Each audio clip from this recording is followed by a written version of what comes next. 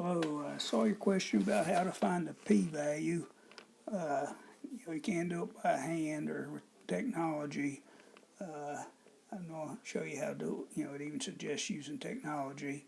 So I don't suggest using technology. Now, on page 445 and 446, you'll find steps on using a calculator or StatCrunch.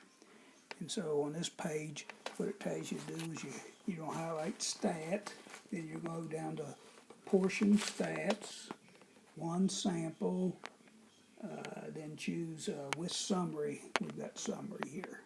So one sample population with the summary. So number of successes, I guess that's given, is 80 out of 200. And we're doing a hypothesis test for P.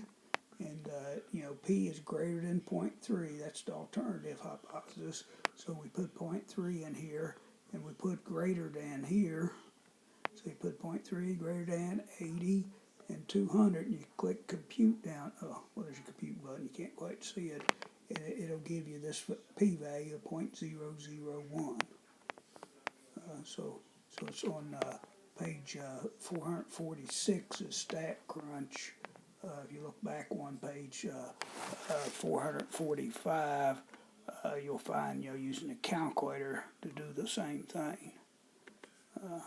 Hope this helps you find the p-value.